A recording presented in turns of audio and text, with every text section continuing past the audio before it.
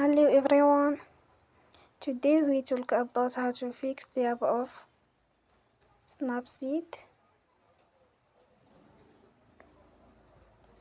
Here we go to settings, then we click on apps. After that we will search the app Snapseed.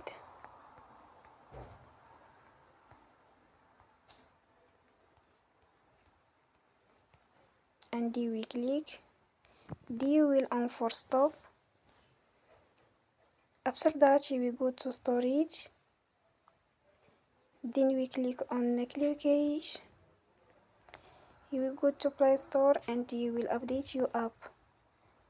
Don't forget to support us by like and subscribe. See you next time and thank you for watching.